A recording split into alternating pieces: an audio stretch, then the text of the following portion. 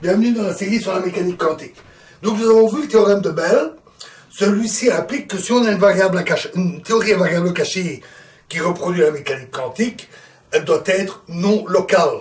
L'expérience ayant montré que les inégalités de Bell sont violées par la mécanique quantique. La question c'est, peut-on faire mieux que le théorème de Bell? Donc peut-on partir d'une théorie à variable cachée non locale qui puisse permettre de construire un modèle qui permettrait d'établir de telles contraintes comme les inégalités de Bell? La réponse est oui, tout dépend des modèles. Ainsi, un modèle réalisé par Suarez et Scarani a été réfuté par l'expérience. Dans le modèle de Leggett, on utilise des paires intriquées, comme dans le théorème de Bell, et on mesure la polarisation dans des directions A et B, absolument quelconques, elles peuvent être absolument quelconques, et les résultats, donc les directions A et B, et les résultats sont notés RA, RB, pour les deux particules, et ils valent plus 1 ou moins 1. Là, ce qu'on exige d'abord, c'est que la théorie reproduise les probabilités locales. Donc si j'ai une particule, localement j'effectue des mesures de polarisation, les probabilités quantiques doivent être reproduites localement. Ça c'est une chose. Ensuite on crée un modèle, c'est-à-dire que la probabilité d'avoir le résultat RA et RB sur les deux particules est donnée par une formule donnée par Leggett, c'est le modèle, un quart de 1 plus RA fois A fois U, où U est un vecteur unitaire, U et V sont des vecteurs unitaires constants, choisis comme repère. AU est le produit scalaire, la direction A et la direction U, plus RB BV, plus RARB fois une fonction de U, V, A et B. C U de V, A et B.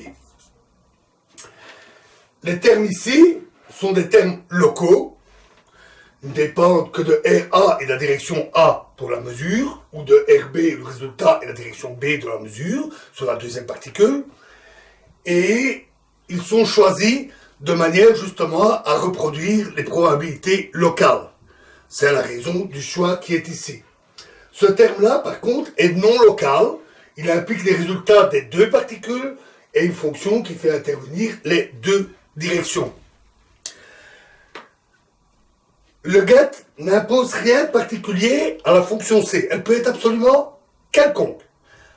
À une seule règle, c'est que le résultat ici doit se comporter comme une probabilité. C'est-à-dire ne pas être négatif et ne pas dépasser 100%. Pour toute valeur de A et B, la fonction C doit être telle que l'expression est une probabilité. C'est la seule contrainte. C'est très très faible comme contrainte.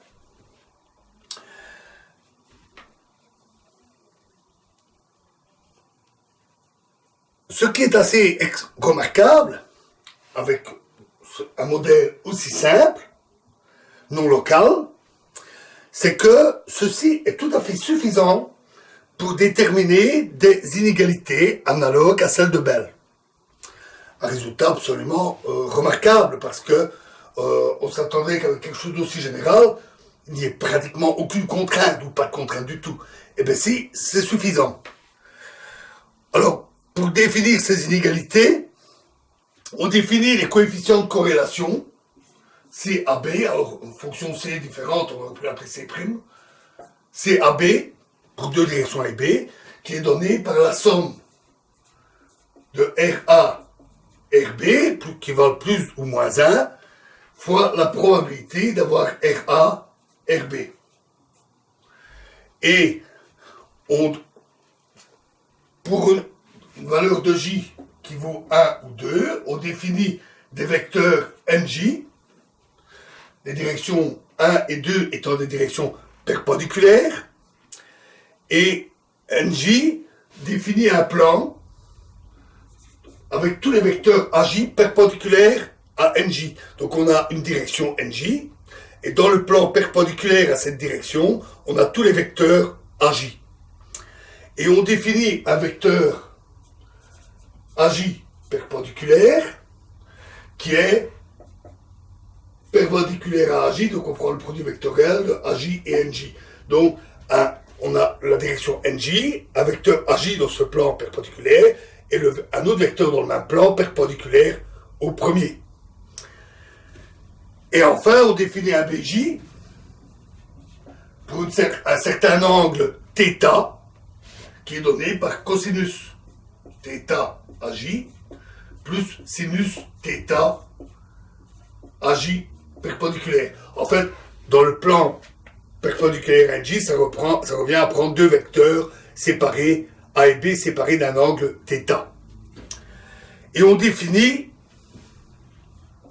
une fonction EJ de θ, de cette valeur θ, comme étant la moyenne de tous les coefficients de corrélation AJ, BJ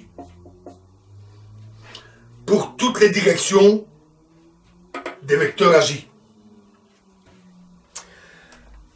Donc, nos deux plans 1 et 2, J égale 1 et 2 sont perpendiculaires, et alors on démontre, c'est ce que Le Guet a démontré dans son article, c'est que E1 pour un angle phi plus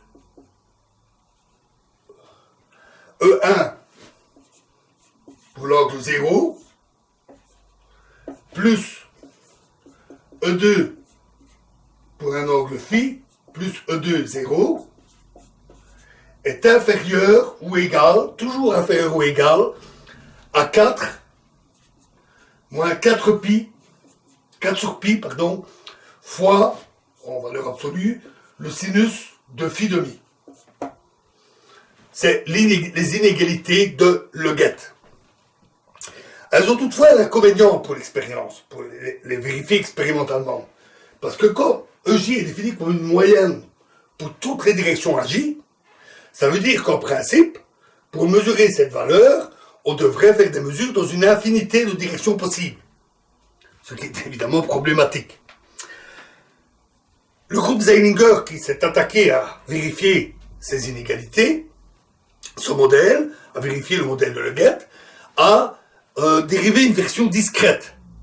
Alors, peu importe les détails techniques, je ne vous les donne pas, ce qu'ils font, c'est choisir une direction régulièrement espacée, donc dans le plan perpendiculaire à NJ, ils prennent une direction, par exemple pour 4, on obtient des rayons perpendiculaires, quelle direction est pour les AJ, et donc séparés d'un angle θ, les BJ, à chaque fois. Et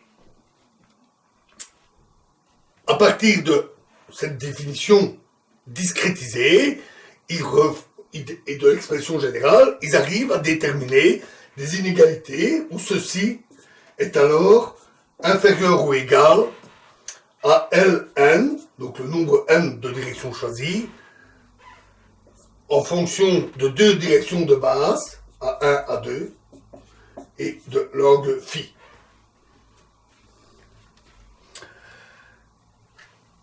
Si on trace un graphe en fonction de l'angle phi ici, entre A et B, entre 0 et 30 degrés, la fonction Ln commence toujours à la valeur 4 et elle descend comme une droite, comme ceci. Ça, c'est la valeur pour n égale infini, une infinité de direction, c'est l'inégalité de Le Guet. Pour n égale 2,